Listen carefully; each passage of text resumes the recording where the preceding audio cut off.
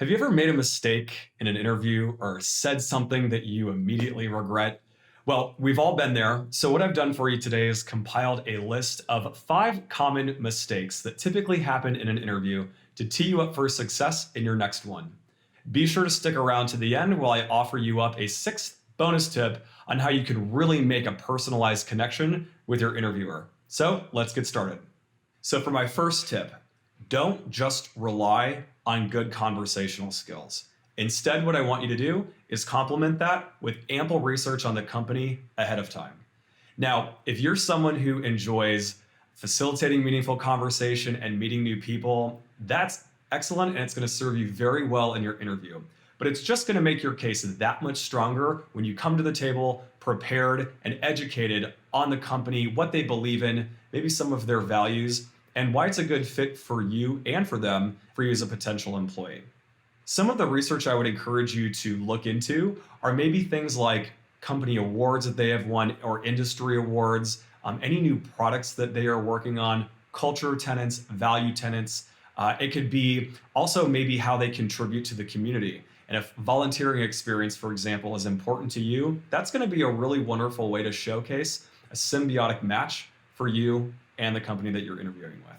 Something else that I would encourage you to do as well is read the job description and then read it again. What I would like for you to do is find very specific qualities or skill sets that they are looking for in their next employee in this role in particular, and then be able to offer up very specific examples of how you meet that criteria. It's going to be a great way to not only indicate to them how you are a good match for the role, but again, for the company as a whole. And whenever you're lucky enough to be informed as to who you're going to be interviewing with ahead of time, it's just going to put you at an advantage when you educate yourself on their background or their experience, maybe through a social profile, if they have some sort of a profile set up on their company website. Anything that you can do to personalize that conversation is just really going to help you out. I encourage you to check out this video on the best pre-interview strategy. So here's my second tip. Don't just focus on your daily duties. Instead, what I want you to do is focus on the accomplishments that you're really proud of in your current role. It's relatively easy to kind of go down a rabbit hole and get into the weeds around your specific duties. But because individual duties are so specific to that individual organization, it could be harder for your interviewer to really understand the impact that you're going to make on this new organization because of that. So if you focus more on your key accomplishments and really talk about the impact that you've made, maybe for your team on a project, or maybe how you've contributed to the bottom line of the organization, it's just going to broaden the understanding of your interviewer to kind of understand how you are going to be able to bring those specific skill sets and qualities over into a new role. Now, if you've gotten this far, I would love if you could give us a like on this video, and for more career coaching advice, be sure to subscribe to our channel because we've got a lot more where that came from. Now for tip number 3, and it's one that I have personally had to work on myself, is to avoid the 3-minute answer. The goal here is to be focused and concise with your delivery of your response because it's very easy to go down a rabbit hole and get lost in your own thoughts. We've all done it. But there's some things that you can apply here that are going to really make this easier for you in your next interview. What we don't want to do is have the recruiter or the hiring manager forget what the overall point of your response was because we've buried it in too much content. So if you can keep the answer to around 60 to 90 seconds, it's just going to be easier for whoever is interviewing you to retain that information and remember you as a candidate. So something specific that I do, a little trick that I pull out of my sleeve, is to have a story in my back pocket to answer the question.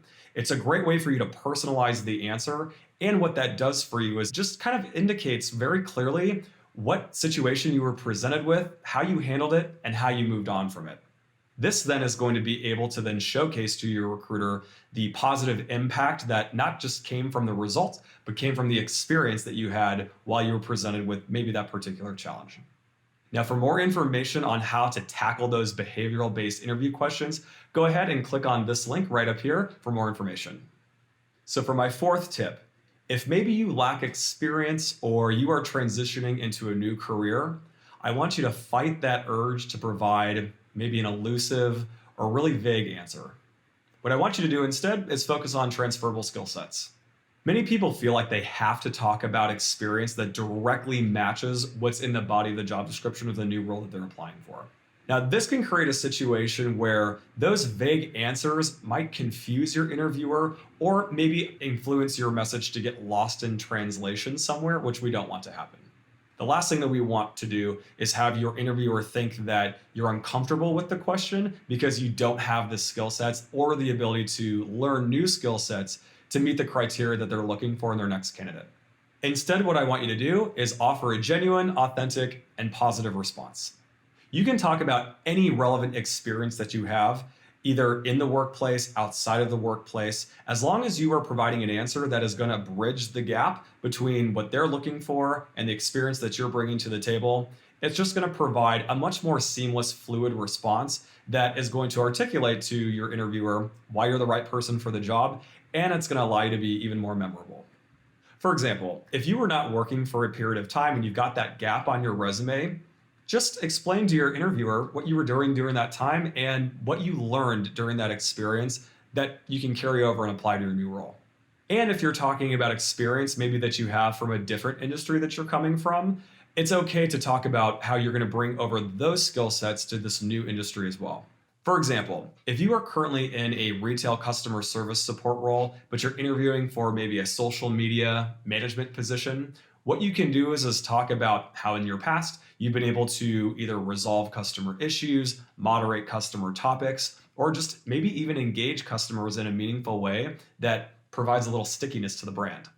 If you don't have specifically related experience, tell your interviewer how you plan on getting it. It's always really impressive when a candidate can come to the table and speak very clearly to how they're going to gain a skill set if they don't currently have one.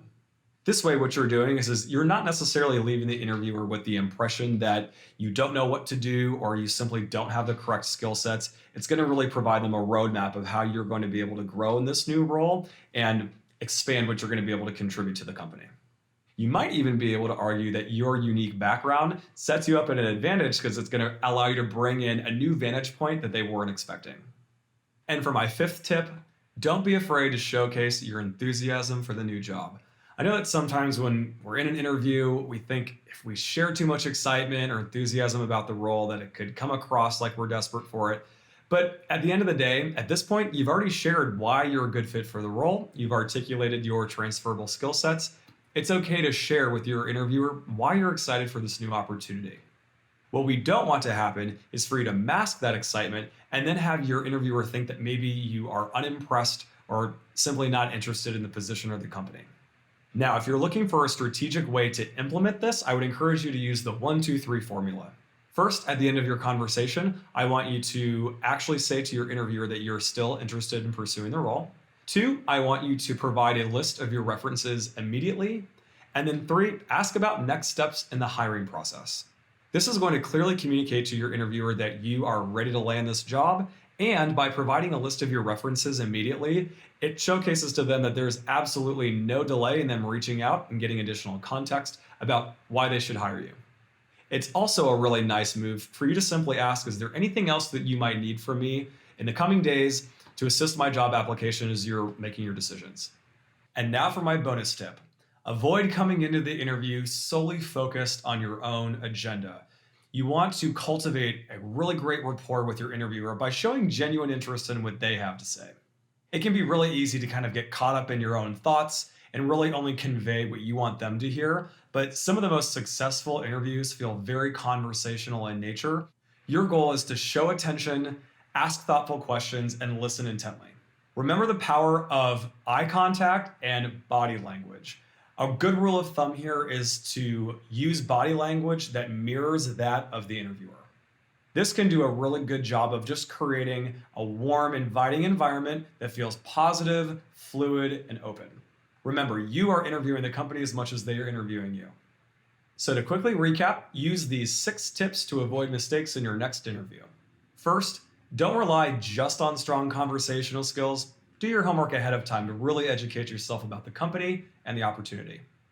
Second, don't just describe your daily duties. Lean into your accomplishments and really be able to speak to how you're going to apply those to your new job. Third, avoid rambling answers. Really practice concise, short answers to questions that you're being asked so that you can communicate really efficiently. Fourth, if you lack experience or you're transitioning careers, really fight that urge to provide a vague or evasive answer. Speak to your transferable skill sets and how they're going to apply to your new job and really allow you to stand out as the star candidate. Also, don't be afraid to ask for next steps in the hiring process so that it's very clear for both of you. And remember, the sixth bonus tip is to match the energy of your interviewer. Pay attention to nonverbals and simply mirror that to create a nice fluid environment so that it feels comfortable for everyone involved. So for added confidence, add these tips to your interviewing toolkit to set yourself up for success next time.